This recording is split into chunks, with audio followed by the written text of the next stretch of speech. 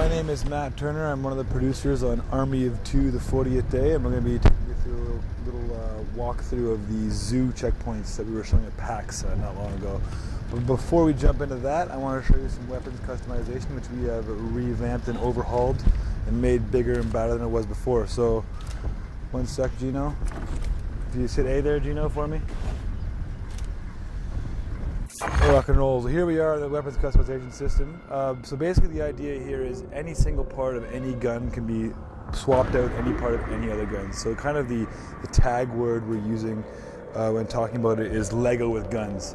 So if I jump into one of these, let's take the M416 for example. No, I feel like going on the M4 route today. So take the M4.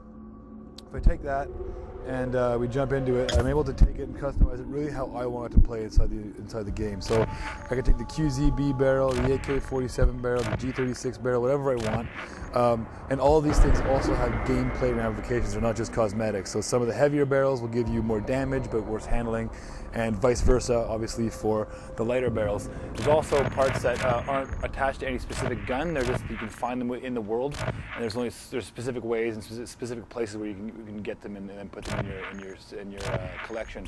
So I think this is a pretty cool barrel here. I'll drop that on there. We'll jump into the cartridges. Again, same thing. This is all gameplay. Smaller cartridges will be lighter, obviously. Bigger ones like this guy right here will be much heavier and affect your handling. I like this guy kind of in the middle.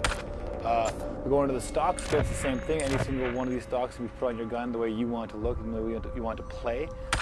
Jumping along to be more of the fun stuff, the suppressors. So these will affect your damage as well as your precision.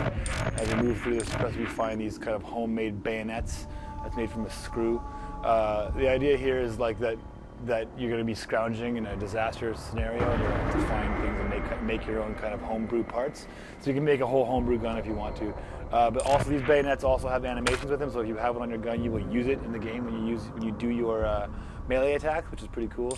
And so you've got screwdrivers there and kitchen knives, and one of the team favorites is the Coke can silencer right there. So move through that. I can drop sniper scopes on your assault rifles. This also has gameplay applications, whereas you'll be far away, you'll have a really accurate, high-powered rifle, machine gun basically. But up close, when you zoom into aim, it'll snap really tight, so it's not as effective in the close range combat. I actually like it, so I'm going to put it on there. Going to the front mounts, you've got handles that are obviously going to help you with your stability and your aiming. You've got shields that are going to help you with your hit points, so you get a little bit more extra damage. And we've got these kind of other ones here, these shotgun mounts as well as grenade launchers, which are pretty sweet. And of course, we can pimp them too, as the first one. And we also have a whole host of other skins, camo textures, zebra print textures you can throw on there that really customize your gun the way you want it. What's cool about it is that it's intrinsically a co-op feature.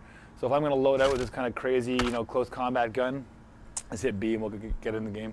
My partner's going to want to load out with something that's going to, kind of counterbalance me and be something that's better for the long range stuff. Because if we get into a situation where we need long guns, and I've got this crazy thing, I'm not going to be very effective.